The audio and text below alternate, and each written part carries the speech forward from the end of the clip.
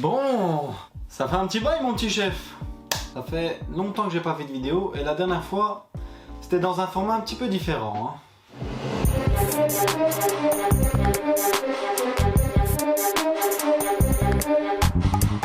Bref, aujourd'hui, on change de format, on teste des nouvelles choses. Dans la vie, il faut tester. Aujourd'hui, on va parler de l'histoire de l'homme qui m'a toujours fasciné dans ma petite vie. J'ai nommé Albert Einstein.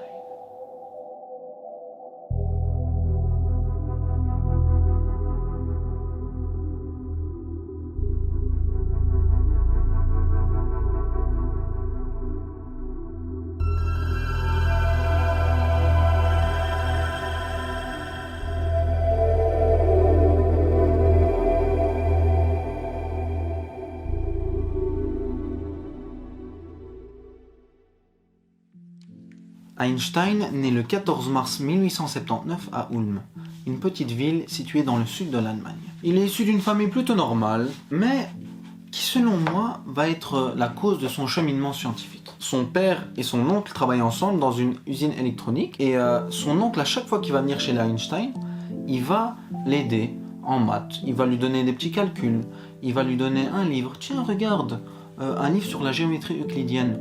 Intéressant. Maintenant tu fais ça à un jeune, on sait où il va le livre. Undercover. Et à côté de ça, sa mère, elle, va lui apprendre la musique parce que oui, jusqu'à la fin de sa vie, il faisait du violon. Et pas genre des petits trucs, hein. Il faisait des symphonies, des trucs toute sa vie, tous les jours, c'était dans sa routine. Donc toute sa vie, violon. Le type pèse quoi. Je me suis trompé, vieux.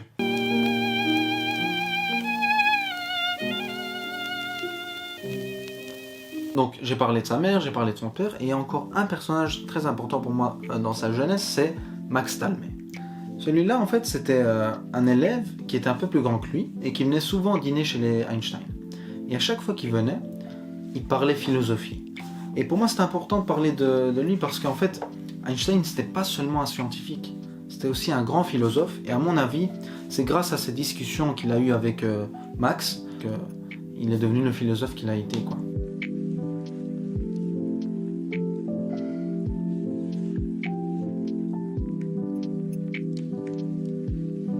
Alors, à l'école, on va dire que ça n'a pas trop bien commencé sa vie.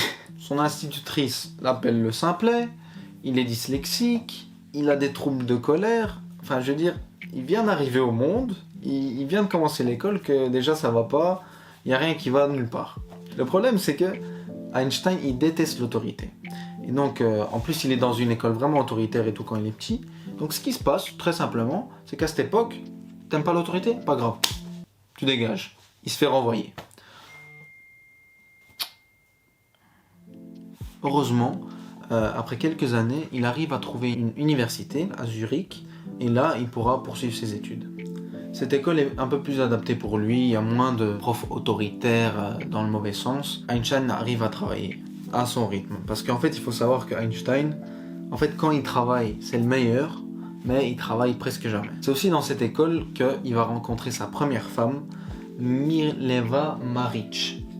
À l'UNIF, il rencontre quelqu'un qui est hyper important pour Einstein. Il s'appelle Marcel Grossmann. Ce Grossmann, en fait, il faut bien comprendre, c'est grâce à Grossmann que Einstein est Einstein. Enfin, c'est grâce à Grossmann qu'on connaît Einstein, c'est grâce à Grossmann que Einstein a pu mettre fin à ses travaux.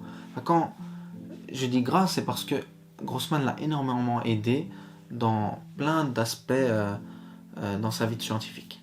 Il travaille de longues années, difficiles, mais il arrive à réussir. En 1900, il reçoit par chance, on va dire, et de justesse son diplôme.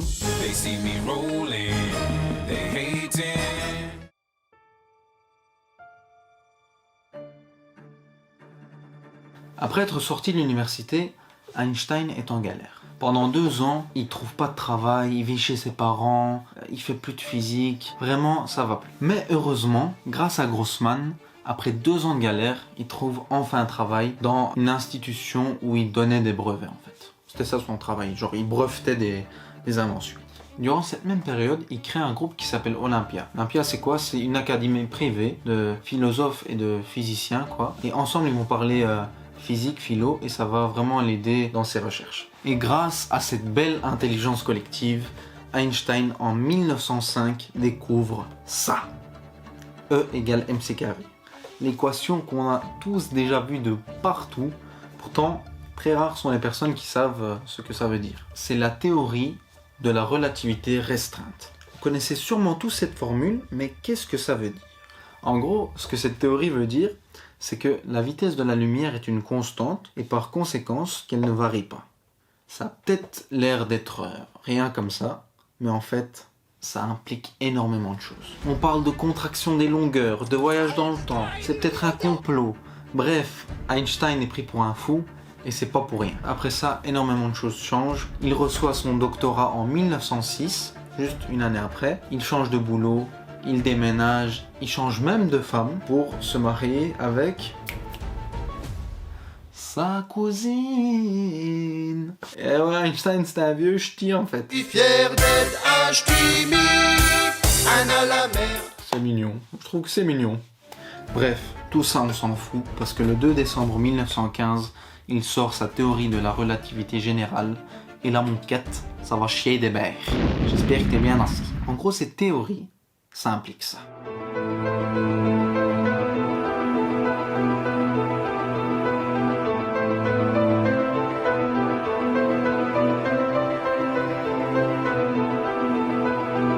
Interstellar, au montage. En gros, ce que cette théorie démontre, c'est que quand un objet tombe, c'est pas à cause de la gravité. Non, ça, c'est pour les faibles d'esprit, c'est dépassé. Non, lui, il dit que c'est pas à cause de la gravité, mais à cause de l'espace-temps. Putain.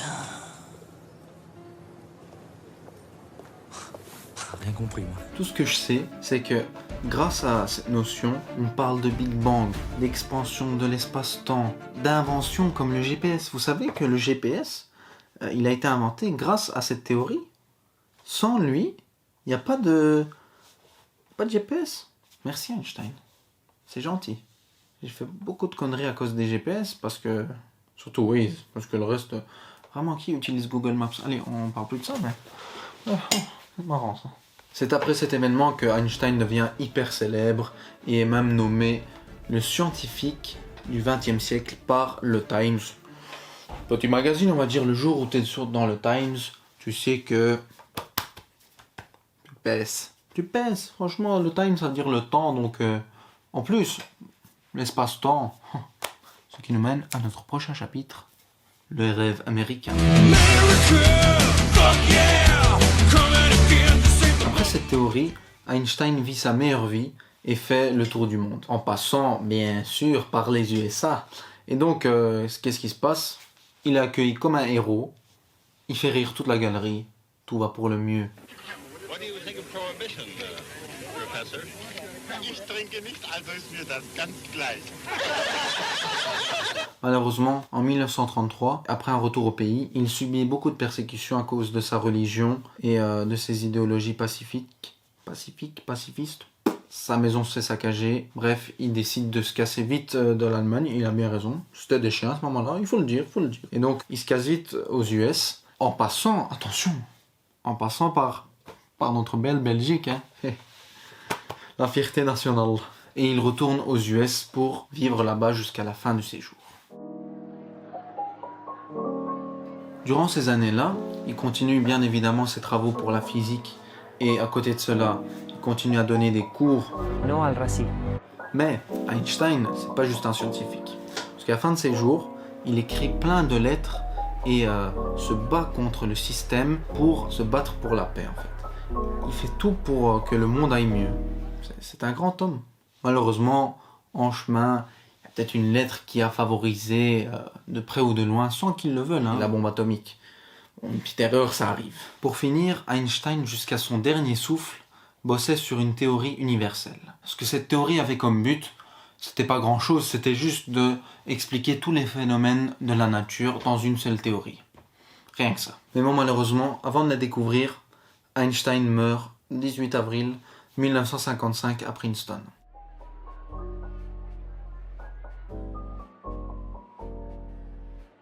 En étudiant cela, je me demandais vraiment, imaginez si Einstein avait trouvé cette théorie, comment notre monde aurait changé, qu'est-ce qu'il y aurait eu comme technologie. Regardez, il a créé la théorie de la relativité générale, il y a eu le GPS. Regardez comment ça change notre monde.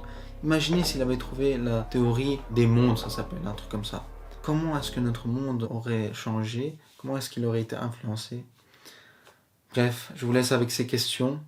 Peut-être que l'un d'entre vous trouvera cette théorie, je l'espère. En tout cas,